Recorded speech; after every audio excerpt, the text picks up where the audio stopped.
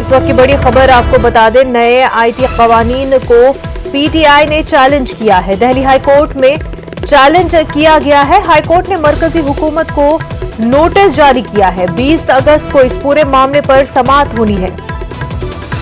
IT के नए कवानीन के हवाले से पीटीआई ने चैलेंज किया है। दिल्ली हाईकोर्ट में आईटी के नए कवानीन को चैलेंज किया गया है। हाईकोर्ट ने मरकजी हुकूमत को इस हवाले से नोटिस भी जारी किया है। इस पूरे मामले पर 20 अगस्त को समाअत होगी। हमारे नुमाइंदे सुशील पांडे हमारे साथ जुड़ चुके हैं। सुशील, नए आईटी कवानीन को चैलेंज किया गया है। जी बिल्कुल, देखिए साफ तौर से पीटीआई के द्वारा आईटी के तहत जो नए नियम बनाए गए हैं केंद्र सरकार के द्वारा, उस पूरे नियम को दिल्ली हाईकोर्ट में चुनौती दी गई है। इससे पहले आपको बता दें, कई ऐसी एजेंसियां हैं, मीडिया एजेंसियां हैं, जिन्होंने आईटी के नए नियमों को फिलहाल दिल्ली हाईकोर्ट में चैलेंज किया है। बहरहाल इस पूरे मामले में सुनवाई करते हुए दिल्ली हाईकोर्ट ने केंद्र सरकार और आईटी मिनिस्ट्री को नोटिस तो जारी कर दिया है, लेकिन किसी भी प्रकार से कोई राहत पीटीआई की संस्था को नहीं दिया है। यानी कि जो आईटी रूल्स के तहत अभी भी जो चीजें हैं वो कंटिन्यू जारी रहेंगी। बहरहाल कोर्ट ने ये कहा है कि पूरे मामले में सेंट्रल गवर्नमेंट को जवाब दाखिल करना है, लेकिन उन पीटीआई की याचिका के साथ कई उन याचिकाओं को भी जोड़ दिया गया है जो आईटी नियमों के तहत दिल्ली हाईकोर्ट पहुंची थी। अब देखना बेहद अहम होगा कि नई याचिका के साथ जो फिलहाल कोर्ट ने नोटिस जारी किया है आईटी मिनिस्ट्री को और साथ ही साथ केंद्र सरकार को, इस पूरे मामले को लेकर वो अपना क्या कुछ जवाब कोर्ट में दाखिल करते हैं, क्योंकि इस पूरे मामले में देखना बेहद अहम इसलिए भी होगा और दिलचस्प होगा क्योंकि अब मोदी सरकार के कई कैबिनेट रिशफल में कई नए मंत्रियों ने अपना पदभार संभाला है जी। तो देखना ये बेहद अहम होगा कि नए आईटी नियमों के तहत सरकार का रुख हलफनामे के तौर पर जब हाईकोर्ट में दाखिल किया जाएगा तो क्या होगा। बिल्कुल सुशील, आईटी के किन जो कवानीन है उनके किन पॉइंट्स को लेकर के प्रेस ट्रस्ट ऑफ इंडिया ने चैलेंज किया है? देखिए साफ तौर से आईटी के जो रूल्स बनाए गए हैं फिलहाल ओटीटी प्लेटफॉर्म में, ऐसे में कुछ ऐसे भी फिलहाल रूल्स ऑफ कंडक्ट बनाए गए हैं जिसमें मीडिया संस्थानों के प्रकाशन पर कहीं ना कहीं रोक की बात कही गई है और मीडिया संस्थान के प्रकाशन को लेकर जो स्वतंत्र अभिव्यक्ति की आजादी का मामला है उस पर कहीं ना कहीं बंदिश लगाने की कोशिश की गई है, ऐसा पीटीआई जैसी संस्थाओं ने क्लेम किया है। उन्होंने कहा है कि जो फिलहाल आईटी मिनिस्ट्री के द्वारा नई आईटी रूल्स बनाए गए हैं उन रूल्स के मुताबिक जो बेलाफाइड ऑब्जेक्शंस होते हैं, यानी कि जो संस्थान अपने हिसाब से खबरों को पब्लिश करते हैं वो फिलहाल पब्लिश नहीं कर पाएंगे जो आईटी रूल्स के नए नियम हैं। अगर वो इस प्रकार के न्यूज को पब्लिश करते हैं तो सरकार उनके खिलाफ कार्रवाई कर सकती है।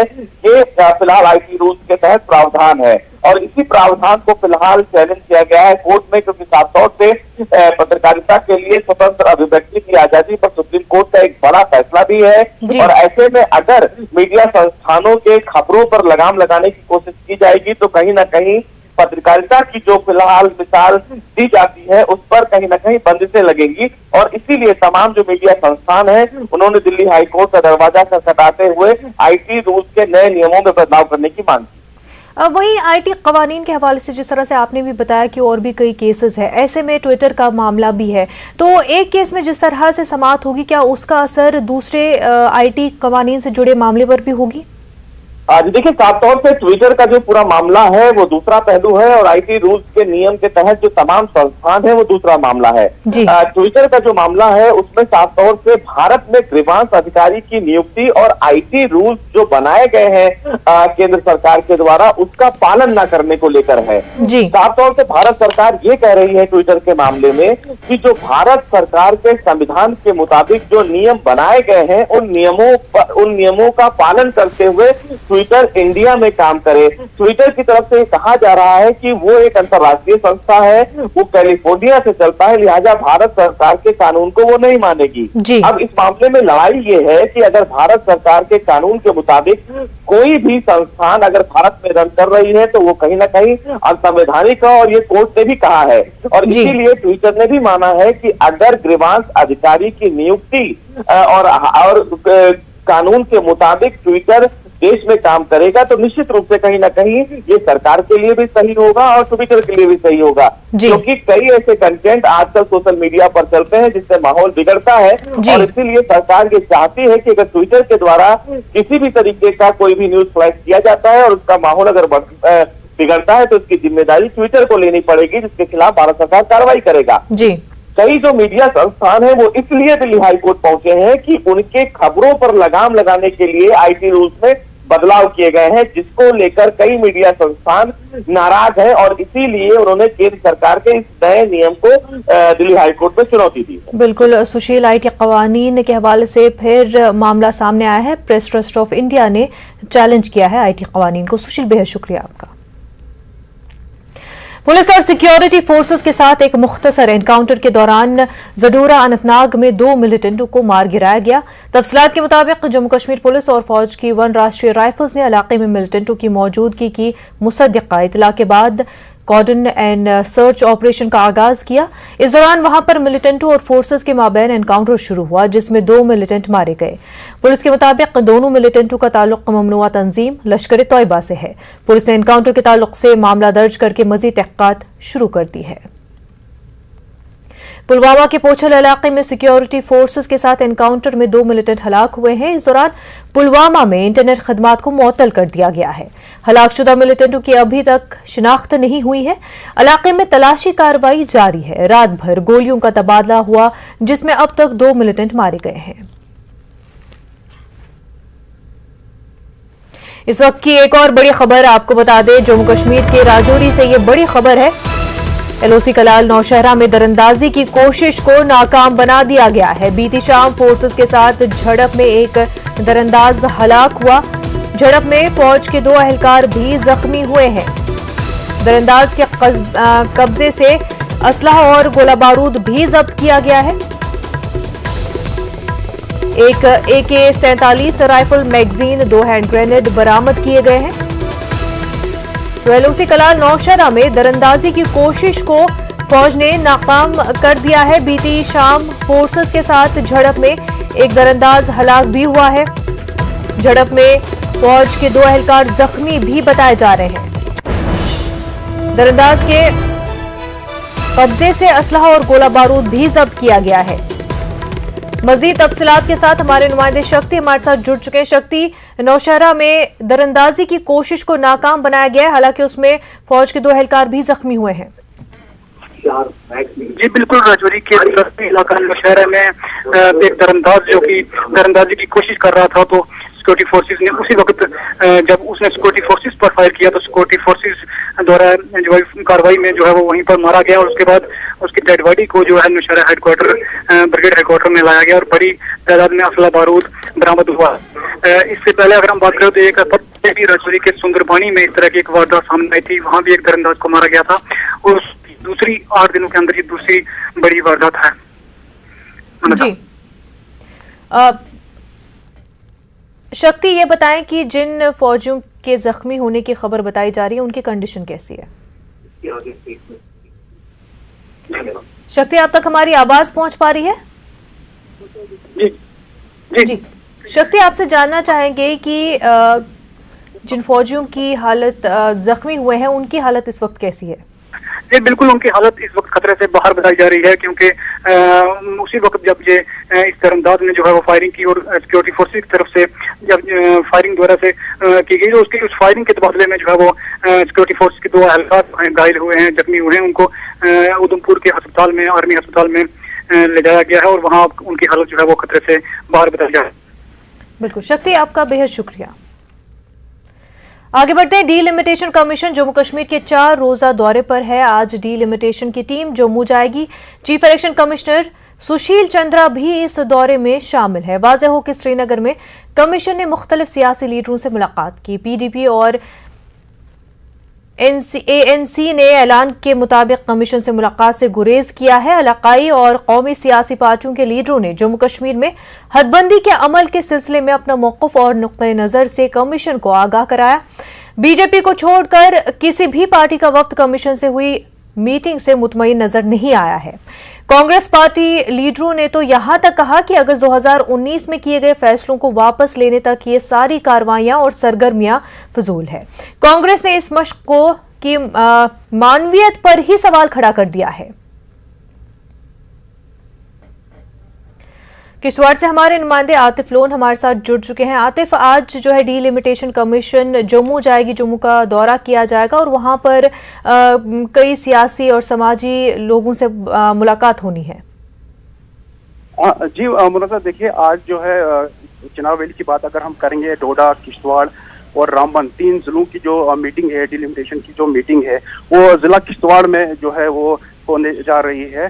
फिलहाल जो है अभी मीटिंग जो है वो शुरू नहीं हुई है। जो टीम से जो डिलिमिटेशन की जो डेलीगेशंस जो है वो अभी नहीं पहुंचे हैं। कुछ ही मिनटों बाद जो है वो टीम जो पहुंचेंगे और जो भी यहाँ पर जो डेपुटेशन से तकरीबन पूरे 3 डिस्ट्रिक्टों को मिलाकर जो है 37 डेपुटेशन जो है वो मिलने जा रहे हैं आज। और इसमें जो है 250 के करीब जो इंडिविजुअल जो है वो लोग होंगे जो डिलिमिटेशन टीम के साथ जो है वो मिलेंगे यहाँ पर और अपनी जो है डिमांड्स जो है उनके सामने रखेंगे।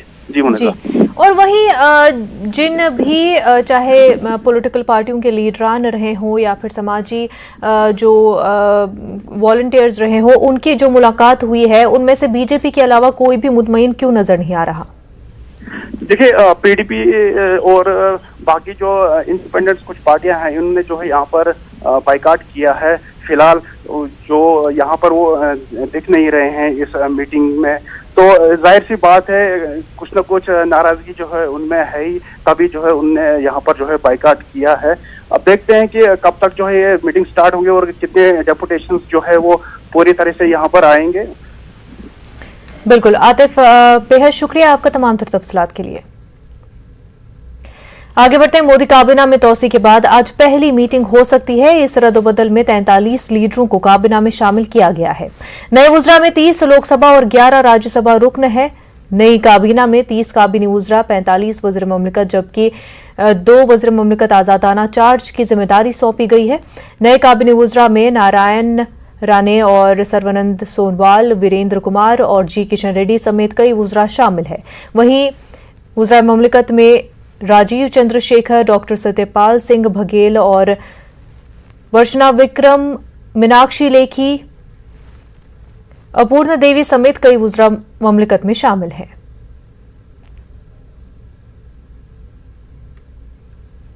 खैर मकदम है, अनुराग ठाकुर ने वज़ीर इत्तलात और नशरियात का ओहदा संभाल लिया है। ओहदा संभालने के बाद उन्होंने कहा कि पीएम मोदी की क़यादत में हिंदुस्तान तरक्की की राह पर गामजन है और मैं उनकी उम्मीदों पर खरा उतरूंगा।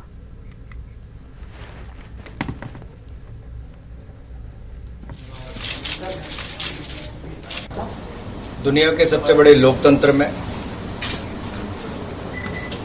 जहां मोदी जी ने देश को आगे ले जाने का बहुत शानदार काम किया है पिछले 7 वर्षों में, सूचना प्रसारण मंत्रालय के माध्यम से हम कैसे और जन जन तक पहुंच पाएं और क्या क्या काम जो पीछे मुझसे पूर्व बहुत बड़े लोगों ने यहाँ पर किए हैं उनको मैं भी आगे बढ़ा पाऊँ। वहीं दूसरी ओर जो जिम्मेदारी माननीय प्रधानमंत्री जी ने मुझे दी है, मैं उस पर खरा उतरने का हर संभव प्रयास करूंगा। जो विश्वास व्यक्त किया है उस पर खरा उतरने का प्रयास करूंगा और आशा करता हूं कि आप सबके सहयोग से इस जिम्मेदारी का निर्वहन ठीक। नरेंद्र मोदी काबीना की नई सूरतगिरी हो चुकी है। वज़ीर-ए-आज़म की नई टीम में खवातीन को भी तरजीह दी गई है। काबीना में अब कुल 11 खवातीन वुज़रा शामिल हैं। 2004 के बाद मरकज में खवातीन वुज़रा की यह सबसे बड़ी तादाद है जिन्हें मुख्तलिफ कलमदानों की जिम्मेदारी सौंपी गई है। यूपी से अनुप्रिया पटेल, दिल्ली से मीनाक्षी लेखी, कर्नाटक से शोभा, सूरत से दर्शना विक्रम, झारखंड से अन्नपूर्णा देवी, अगरतला से प्रीतमा, डंडोरा से डॉक्टर भारती ने ओहदे और राजदारी का हलफ लिया है। मरकजी वजीर खजाना निर्मला सीतारमन ने अपने ट्विटर हैंडल पर खवातीन वुज़रा की तस्वीर शेयर की जिसमें सभी खवातीन वुज़रा साड़ी में मलबूस हैं।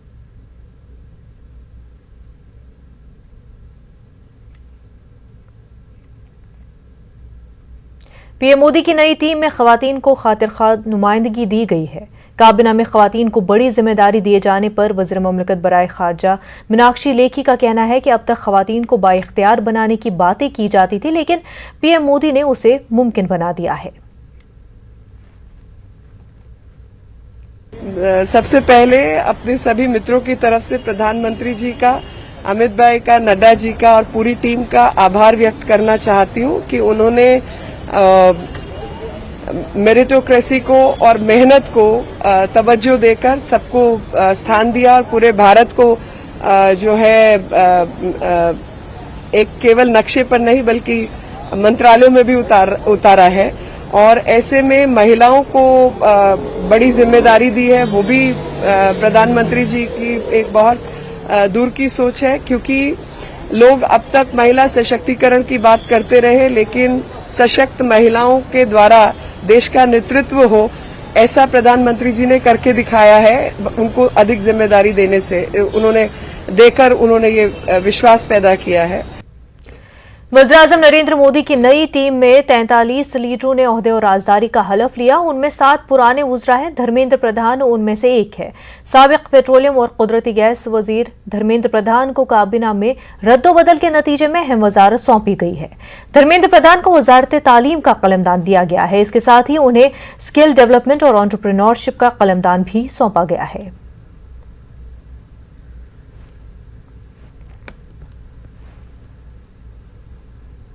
किरण रिजिजू ने वजीर कानून का ओहदा संभाल लिया है। उन्होंने ओहदा संभालने के बाद कहा कि वो काफी मेहनत से काम करेंगे। We had a great team. We had a wonderful journey. We did everything to fulfill the vision of Honorable Prime Minister and the aspiration of the people. We tried everything to make India a great sporting nation. The journey will continue. It's a change of responsibilities. I'm shifting to a law and justice ministry, but the efforts which are going on in the Ministry of Youth Affairs and Sports will continue, and I just gave my best wishes to the team, and we will always be together as a team. We are part of the same team. काबीना में रद्दोबदल के बाद वजारत petroleum की जिम्मेदारी हरदीप सिंह पुरी को सौंपी गई। नए वजीर की आमद के साथ ही पेट्रोल और डीजल की कीमतों में इजाफा भी हुआ। पेट्रोल फी लीटर 35 जबकि फी लीटर डीजल 9 पैसे महंगा हो गया है। कीमतों में नए इजाफे के साथ पेट्रोल की कीमत में दिल्ली में फी लीटर पेट्रोल की कीमत 100 रुपये 56 जबकि फी लीटर डीजल की कीमत 89 रुपये 62 पैसे हो गई है। मुंबई में फी लीटर पेट्रोल 106 रुपये 59 पैसे जबकि डीजल 97 रुपये 18 पैसों में मिलेगा। चेन्नई में फी लीटर पेट्रोल की कीमत 101 रुपये 37 पैसे हो गई है। चेन्नई में फी लीटर डीजल की कीमत 94 रुपये 15 पैसे हो गई है। दिल्ली में सीएनजी की कीमत भी बढ़ी है।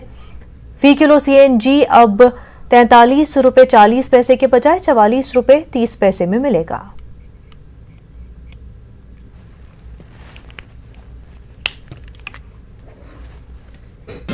जी भाई, बहुत ज़्यादा मुश्किल है। हर काम में पेट्रोल का काम पड़ता है और आप खुद ही देख रहे हैं 97 लखनऊ में पहुंच चुका है और मुंबई में सेंचुरी पार हो चुकी है। जिस तरह का ये है तो मतलब सरकार को जल्दी जल्दी कुछ ना कुछ टैक्स में करना पड़ेगा और कुछ ना कुछ हम लोग का ध्यान रखना पड़ेगा, वरना ऐसे काम नहीं चलेगा। हाँ, भार तो पड़ता है। लगता तो एक ही है कि 2 रुपये बढ़ा है, लेकिन देखा जाए तो महीनों का 5000 रुपया तो बढ़ ही जाता है धीरे धीरे, क्योंकि कोई भी चीज़ लाते हैं उस पर कुछ ना कुछ तो पैसा बढ़ता है। लोडिंग का किराया वो उस पर बढ़ता है, कोई सामान लेने जाते हैं उस पर बढ़ता है, कहीं पे अगर ट्रेवलिंग के लिए कहीं पे भी जाना है तो उस पर भी बढ़ता है। तो धीरे धीरे देखा था तो ये 2 रुपया छोड़ दीजिए आप, कम से कम 5-10 हज़ार रुपया महीने का खर्चा बढ़ जाता है। हर चीज़ में बढ़ोतरी होगी सर, ये समझ लीजिए। किराया भी और बाइक पे भी समझ लो, कार भी, और जितने भी काम है सब महंगाई बहुत ज़्यादा बढ़ जाएगी। कांग्रेस लीडर दिग्विजय सिंह ने आरएसएस चीफ मोहन भागवत से दरियाफ्त किया कि अगर हिंदुओं और मुसलमानों का डीएनए एक है तो मजहब की तब्दीली और लव जिहाद कानून के खिलाफ कानून की क्या जरूरत है। अगर डीएनए हिंदू और मुसलमान का एक है तो फिर धर्म परिवर्तन के कानून की क्या आवश्यकता है, लव जिहाद कानून की क्या आवश्यकता है। फिर मोहन भागवत जी और ओवैसी का दोनों का डीएनए एक ही है। मुल्क में कोरोना के 45,892 नए मामलों की तस्दीक हुई है। आदादोशुमार के मुताबिक पिछले 24 घंटों में 817 अमवात दर्ज की गई हैं, जबकि एक दिन में 44,291 मरीज सेहतियाब भी हो गए हैं। मुल्क में कोरोना के 4,60,704 एक्टिव मामले हैं। वहीं मुल्क में अब तक 2 करोड़ से ज्यादा मरीज कोरोना को मात दे चुके हैं। दूसरी तरफ मुल्क में कोरोना वायरस से निपटने के लिए लोगों को तेजी के साथ वैक्सीनेट किया जा रहा है। अब तक 36 करोड़ 48 लाख से ज्यादा लोगों को कोरोना का टीका दिया जा चुका है। मध्य प्रदेश के तरक्याती कामों में हो रही ताखीर और वजीरों और अफसरान की सुस्त रवि पर वज़ीर-ए-आला शिवराज सिंह ने अपनी सख्त बरहमी का इजहार किया है। वज़ीर-ए-आला ने मंत्रालय में मुनक्किदा मीटिंग में वजीरों को हर पीर के दिन कामों को लेकर जायजा मीटिंग और प्रोग्रेस रिपोर्ट पेश करने की हिदायत दी है। वज़ीर-ए-आला शिवराज सिंह ने काम को लेकर हदफ मुकर्रर करने और हर हफ्ते के काम का तयन करके वजीरों को हदफ का हासिल करने की नसीहत की है। हर सोमवार को अपने विभाग की बैठक करेंगे ही करेंगे। हर हफ्ते अगर हम रिव्यू करेंगे तो अधिकारियों के काम में तेजी आएगी। लीड मंत्री को करना है और निर्देशों का पालन अधिकारियों को करना है। इसलिए नियमित रूप से ये सोमवार की बैठक बहुत आवश्यक है और आप समय सीमा में काम हो रहा है कि नहीं हो रहा है चेक करें, निर्देश दें। और कहीं आपको बाधा लगती है कि देर हो रही है या ठीक से काम नहीं हो रहा है तो हम लोग फिर उसको बहुत गंभीरता से लेंगे, मैं भी गंभीरता से लूंगा।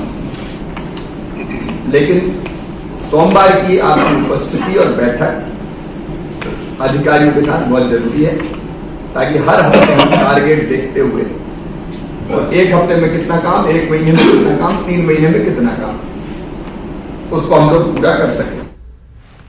कोरोना वबा के दौरान बाहमी इमदाद और इन्हिसार का जज्बा मुस्तहकम हुआ है। मुल्क इस वबा से मुत्तहिद होकर मुकाबला कर रहा है।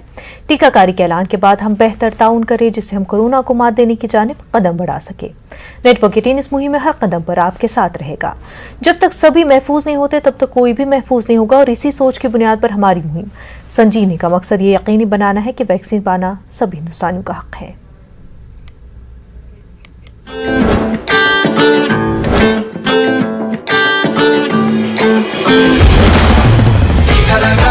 टीका लगा